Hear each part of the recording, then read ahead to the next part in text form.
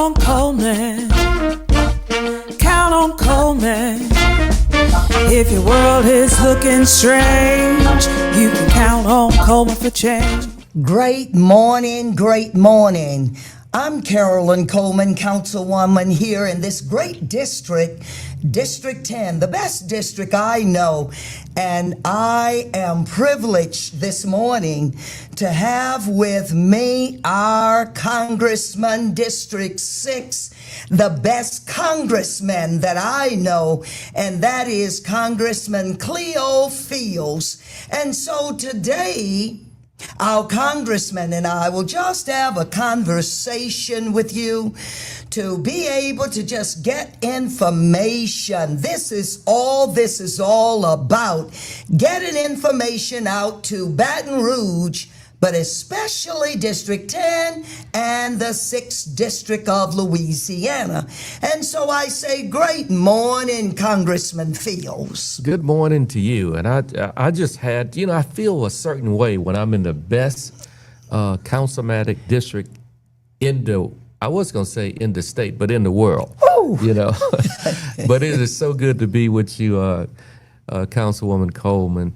I really appreciate what you do with these young people, and I've been seeing the pictures. I've been seeing, all of the clippings of how your camp worked this past summer, and kudos to you, because that is just so important. It's so critical that we intervene in people's lives when they're young, and Senator Selders have made it very clear to me and the Louisiana Leadership Institute that he expects a better, a more firm partnership between the Louisiana Leadership Institute and your summer programs, your year-round programs, because it's needed. And I personally want to thank him for his commitment. He is still supporting the Louisiana Leadership Institute, and the Louisiana Leadership Institute will be able to support partnership with more programs here at the Leo Butler Center. And thanks to Larry, I appreciate it. And I'm just so amazed with what you do. And I appreciate you. This is my favorite part of being councilwoman, and that is working with these children and making a difference in their lives and exposing them to any and everything that can be imagined. And along with the children, we have the parents, and that is of utmost importance. We have an arm there where we make sure that they understand the importance of being involved with their children's education and their growth. And so we are here today just wanting to appeal to the parents that children is their most important resource that they have. And I don't know a parent that does not want the best for their children. And it is up to us to make sure that we are in a position to help them where they need help in this process. Our summer program act as the bridge. Children are in school, then we are the bridge in the summer, and now we're getting ready to go back, Congressman. And so today, that's what we want to talk to our parents about, the importance of this going back. Yeah, absolutely. And I remember when I was growing up right here in this community, the Leo S. Butler Community Center really was a place where we could come, and we would always see the elderly, because the elderly, they have always had an elderly program here.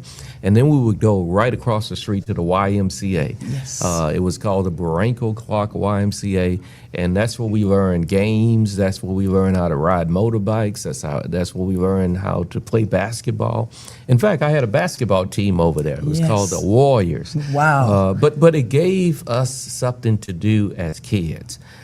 Something constructive to do, because we can say, I remember when, under, I think it was President Bush, it was, the First Lady said, just say no to drugs. We got to give kids something to say yes to. Yes. And the YMCA and the Leo Butler Community Center gave us something to say yes to. And I'm here with you today. I am so glad that you and I have such a great partnership for young people, because it's so important.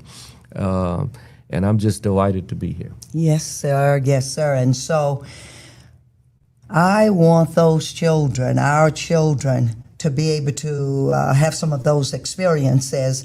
And then I want to say to you all out there, when you have those experiences, then you can be the congressman as well, or the councilwoman as well. That's right. And so, parents, I want you to say nothing but positive statements to the children about what they can do, what they can be.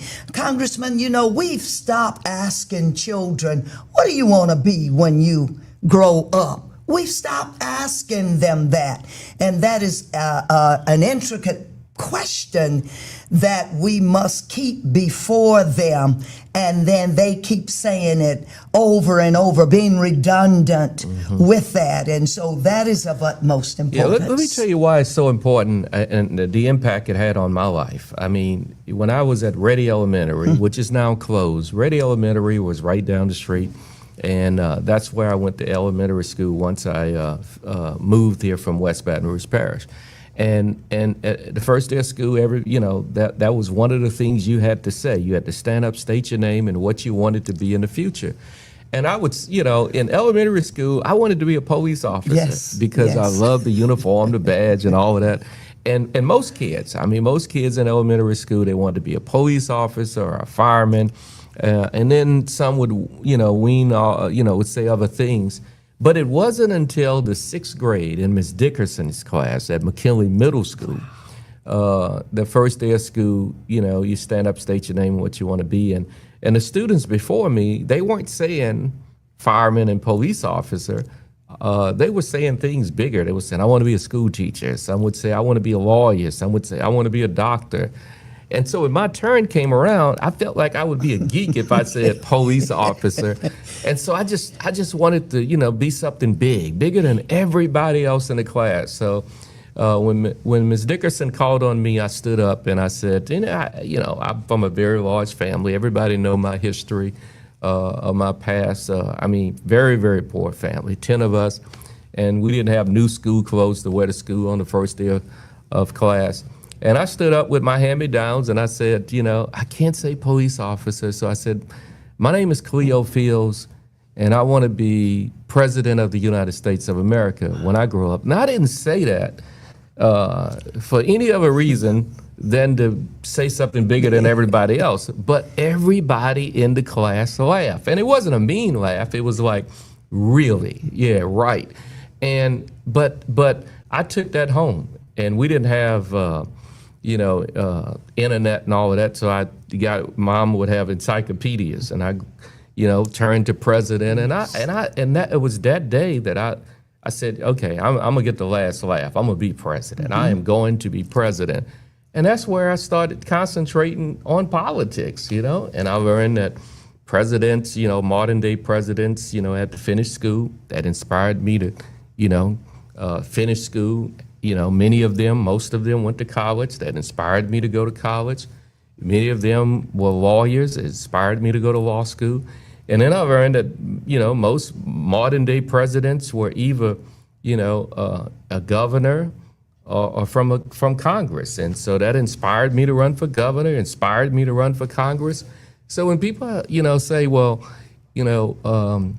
what got you into politics? It all started with a laugh. And that's one of the things, for those young people that are listening, there are no impossible dreams, No, I've never run for president, never been elected president, but I got close. I'm in Congress. Yes, you are. Yes, you are. That's right. But I don't know if they had not laughed at me that day, if I would have gone down that road. So when people laugh at you because you're from South Baton Rouge and because maybe you're from a large family and you're from a single parent household, you take that laugh as inspiration.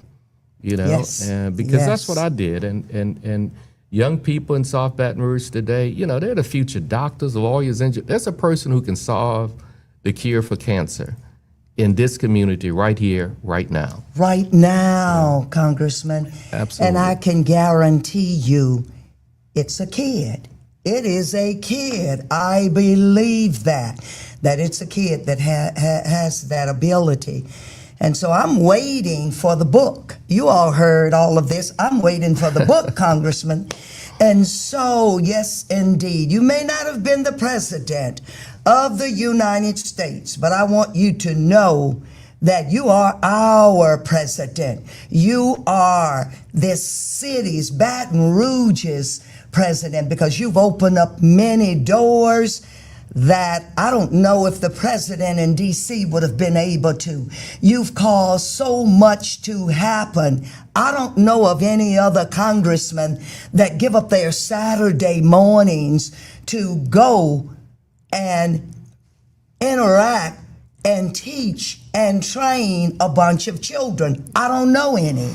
And so you're our president. But when they say it takes a village to raise a child, that is so true. I mean, I stand on so many people's shoulders. I mean, obviously my mom, Yes. raised all 10 of us, and she just, my mom, barely finished the 3rd grade. Same thing with my dad. But she was like really hard on us about education, because she knew the value of education, and she made sure that all of her kids finished high school, and many of her kids went to college. And I would often say, why is this woman so concerned about education? And she barely finished the 3rd grade, because she knew the value of it. Yes. But it took that whole village, not only my family, but my extended family. It took people like Ben Jeffers. Yes. Ben Jeffers took me in. He was living on Mayflower. I was living on Mary Street, and he saw something in me, and he said, this kid has potential. And I would wonder, why is this grown man spending so much time with me? I marched from Shreveport to Baton Rouge for the voter registration march when I was a sophomore at Southern University. And it was because of Ben Jeffers and A.Z. Young. So there's a whole village, my next door neighbor, the Thomases. I mean, Ms. Willie Thomas. I mean, she would, when we didn't have a whole bunch to eat, she would always send something over, for mom. And so, this, no one can do it alone. No one. It takes, you have to lean on somebody. And now that I've been through that, and I want these young people to lean on me. That's why I try to give them as you do, every opportunity possible. My first, the first trip I took out of Louisiana was when I was a student body president at Southern. I never flew on a plane until I became student body president. Yes. I had this dream. I wanted to fly on a plane, and I wanted to spend a night in a hotel. That didn't happen until I became student body president. I would go to the Baton Rouge airport and see those planes take off, and I was like, wow, one day I want to be on one of those planes. But there's so many of our young people right here in South Baton Rouge that don't get exposed, like I didn't get exposed until I became a student body president at Southern. And what we're trying to do and what you are trying to do is expose them early. They ought not, their first time leaving the city of Baton Rouge ought not be when they when they go to college. We ought to give them that exposure early. And the more exposure we give our kids, the more that brain just opens up, and they look at all those opportunities. And they will never forget. They will never forget. I know those children will never forget that train ride. They will never forget Muse Farm. Yep. They will holding the chickens. You got to give them the balance of it all. Yep. They will never forget going to that city club. They will never forget going to Southern University. They will never forget LSU. They will never forget any of the experiences that they've had. And so I lay awake some nights saying, what's next? Where else? What else can I do?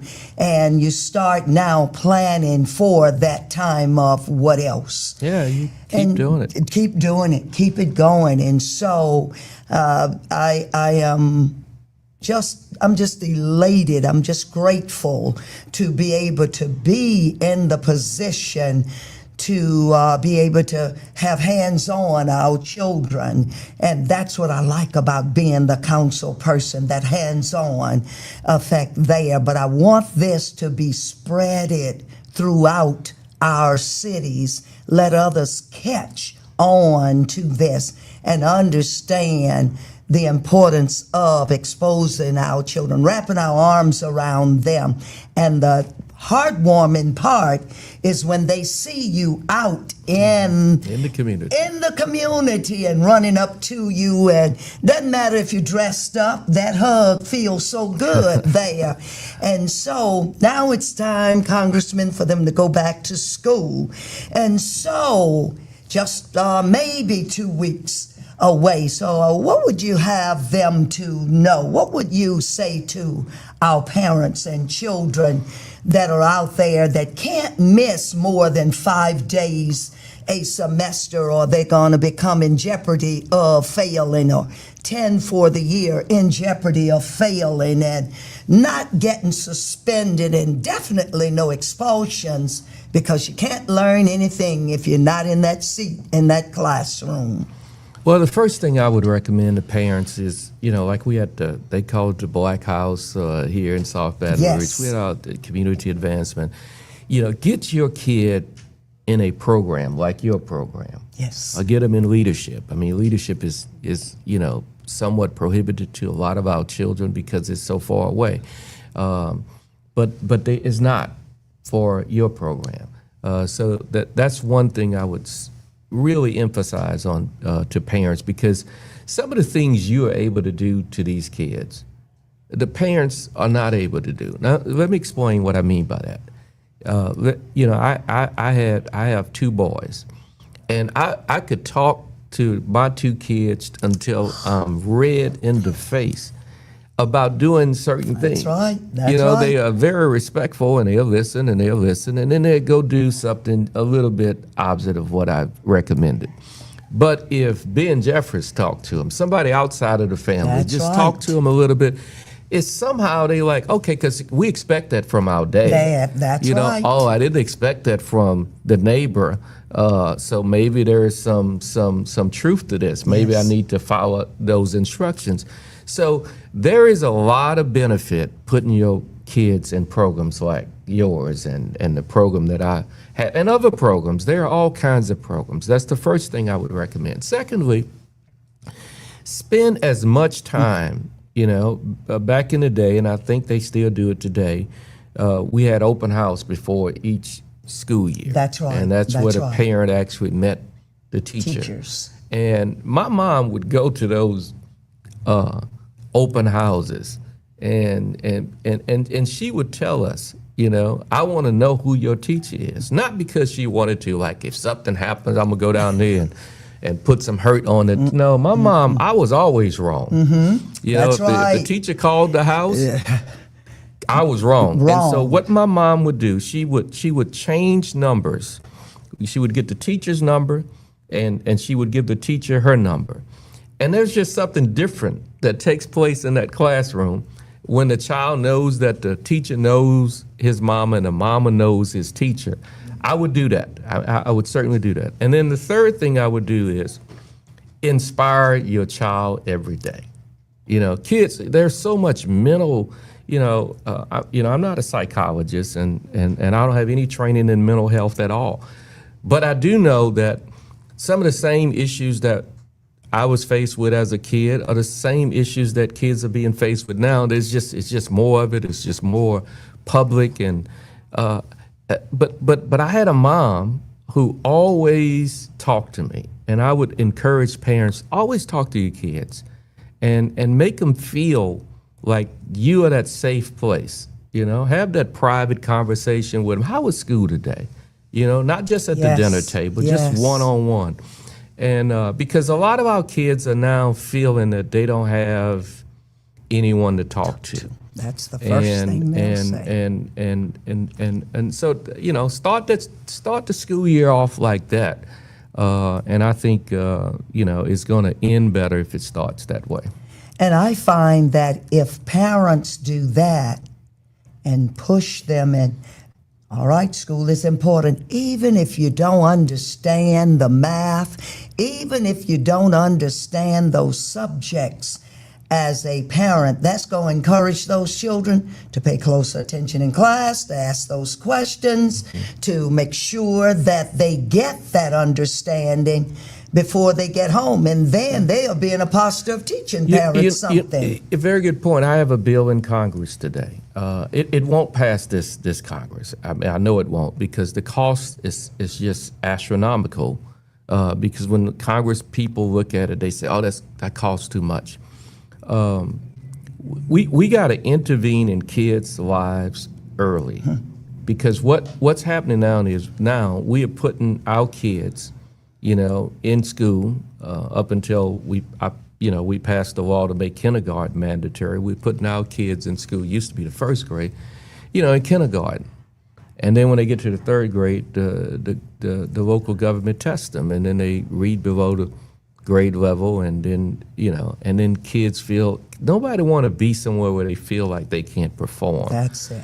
So what we need to do as a nation is invest in children early, from 2 years of age. Now, I would debate that that's too late, but I got to start somewhere. So from 2 years of age, I want a parent to be able to take her kid to an early learning center. Yes. And the government pays Yes. for it, because it costs the government more on the front side, but it will cost the government so much less on the back side. Because when that kid is exposed to some type of form of learning at 2 years of age, and then when he gets to kindergarten, he's ready. When he gets to first grade, he's ready. And then he's going to feel good about school. He can read. That's right. He can That's write. right. And it's like, Mom, I can't wait to go to class, That's because right. we're going to talk about this and that. And I think that's the big divide in this country. And the government will end up spending less money on my plan, because they won't have to spend as much money on incarceration and on putting people in jails and prisons and putting them in, in-school detentions and all of that. It makes so much sense, because I believe that our kids are great. It is that we just don't put enough of that energy in them early, so that they can compete in the classroom and feel good and comfortable about it. And I'm determined to pass this bill. If I can pass this bill, I'll leave Congress tomorrow, because that's a game changer. Just like in the state legislature, I had to make kindergarten mandatory. Can't let a kid start at first grade, because he's not going to be able to compete with kids who have had that pre-K early in life. It's not fair to our children. So, that's the other thing. For parents who just had a kid, get them in early learning. Get them in early learning, and just know that I'm working in Congress every day to open up more spots, so that will be available to every kid, because that brain grows the most between birth and 4 to 5 years of age. 90% of the brain has grown. We got to get our kids in early. Got to. And armed to that is, we've got to teach our parents what this entails.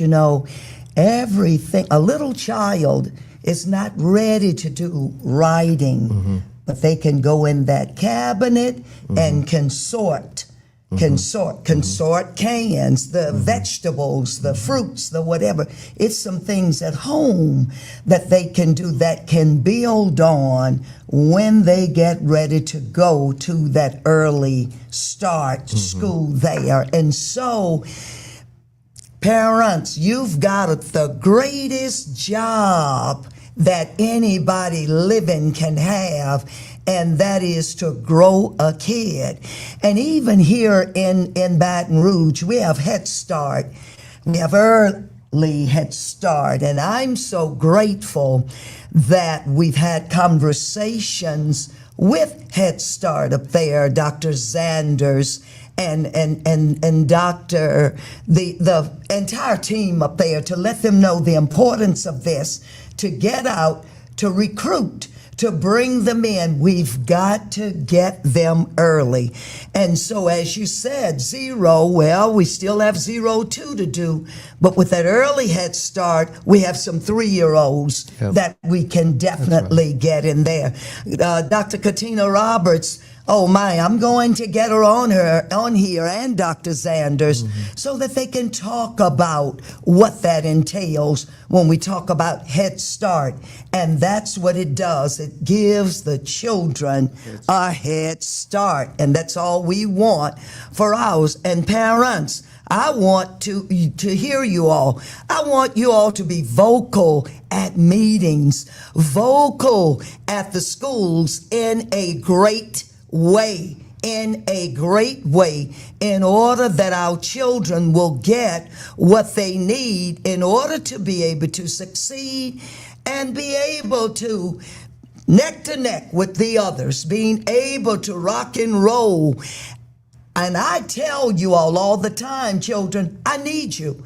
As I get older, I will need the skills that you all have. We need them, Congressman. We need them. And parents, you've got to continue to encourage your children, to let them know they're the best. I see 2-year-olds that can take that cell phone and hit it so many times and find Coco Melon until it's unreal. And if it's not the one they're looking for, they're going to keep on until they get the one. So I know it's in them. I know it's in them. They're exposed to it. That's the word. At a young age. At a young age. And so parents, you've heard it. So the congressman have told you what you must do in order to make your child's year successful. And on Saturday, and I know they've had many congressmen, but on Saturday, we're going to give you what you need, parents and children, to start this school year off. It's very, very important to be equipped to do your work. It's very important to not just start a thing, but you must finish. So we're going to have our back to school giveaway, school supplies right here. And we've got some barbers that's going to come, and we're going to give the gift certificates to you. I know you all want to be all clean and cut closer to the school time. So we're going to give you the certificates to come and just get out there, and you just be ready from head to toe, inside and out. So that'll be here at the Leo S. Butler Center beginning at 10 o'clock this Saturday, August 2nd. You know, you think so much like me. Or I think so much like you. Oh, no. Really. We think so much like each other. This Saturday, we have our back to school with the leadership kids. Okay. And we have a barber day the week before school start where, and let me give Ray J's a shout out. Because they actually bring his barbers who are in training over to leadership, and they actually, cut their hair and it's just an amazing thing. Look, we need more programs like Carolyn's program, like leadership, and all of us have a role to play. And look, I'm talking now to the grown folk. If you don't have to have a program, just help programs that you may be able to come and just help out at a program, or just contribute some school supplies. That's right. I was in Shreveport about 3 years ago, and I was speaking to a kindergarten class. These kids all had pre-K. I mean, they all had early learning. These kids were able to tell me the capital of every single state in the union. Kindergartners, and our kids will have to compete with them. Listen, early childhood education is so important, and we're doing everything we can do to open up opportunities for kids early. And I want to thank you for all you are doing, all you will do, and you just inspire me so much, and I appreciate you. And with that, y'all, I'm going to have to go before I lose it here. But yes, I appreciate you and all that you do. And I know that it is not easy on the level in which you're on, because it's not easy on a local level, but I am grateful to know that you're there fighting for us. And I say to you, keep on keeping on. Your mom is proud. And so you have it there, Baton Rouge, our Congressman Cleo Fields and Carolyn Coleman, councilwoman here in the best district there is, and that's number 10. So we will see you later. Count on Coleman. Count on Coleman. If your world is looking strange, you can count on Coleman for change.